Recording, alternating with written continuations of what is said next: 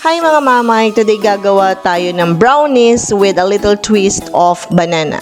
So, binash muna natin yung banana and then dagdagan na natin ng itlog. Tapos halu-haluin natin hanggang mag-mix well.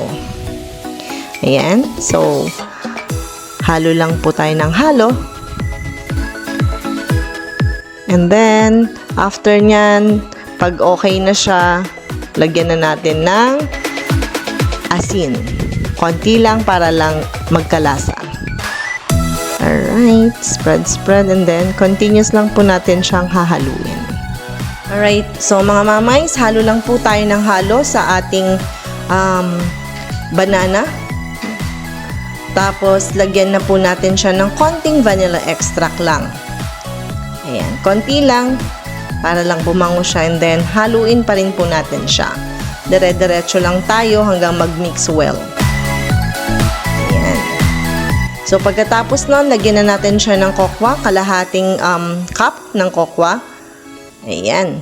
So, gumamit po tayo ng Ricoa dyan na brand. Okay, sift po natin. Ayan. After nating masip yan, later on, continuous lang din po ang ating gagawin na paghahalo. So, ayan. Sinisip pa rin po natin. Alright, so after that, lagyan na natin siya ng 1 cup of flour.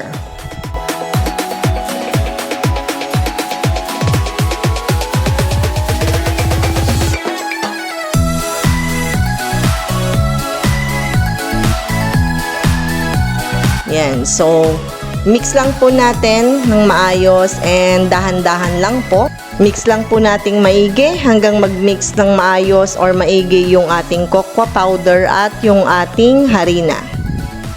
Right? So, after that, pwede na po natin siyang haluin using our spatula. Okay? So, ihahalo na rin po natin yung ating melted chocolate with butter. Gumamit po tayo dito ng bittersweet chocolate with 11% of sugar lang. Alright, so eto na yung magiging pinakaasukal natin kasi hindi kami gumagamit ng sugar. Ayan. So, mix lang po natin, dahan-dahan lang, hanggang yung mixture ay mag-mix ng maayos. Okay, mag-blend well na siya. Ayan. Continuous po yan hanggang blended na lahat ng mixture niya. Alright.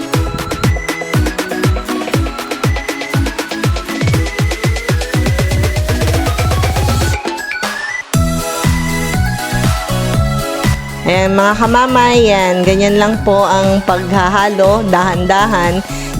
So pag maayos na, na-mix na ng maigi, transfer na natin siya sa ating baking pan.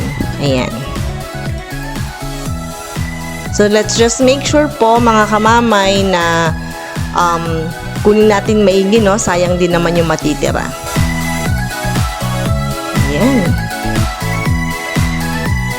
Okay, lagyan natin ng mga ng peanut at cashew na dinurog. Pero optional lang yan, mga kamamay, if gusto nyo.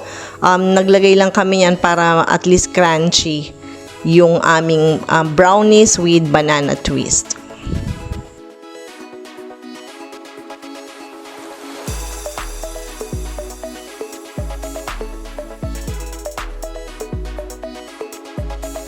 Okay, so after nyan, preheat na po natin ang ating oven sa 260 degrees Celsius for 10 minutes.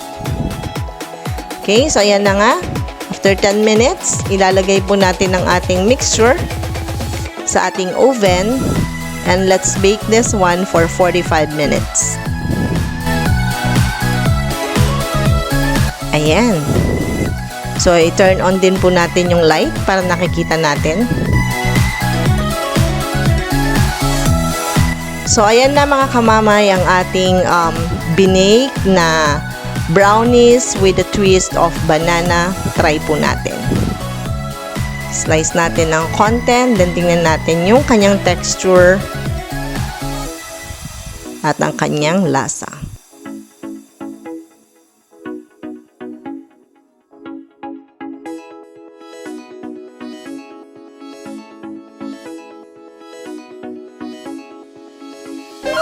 Ayan. So, tamang-tama lang yung kanyang texture, yung kanyang moist, no? So, tamang-tama sa pangkape at panghimagas natin.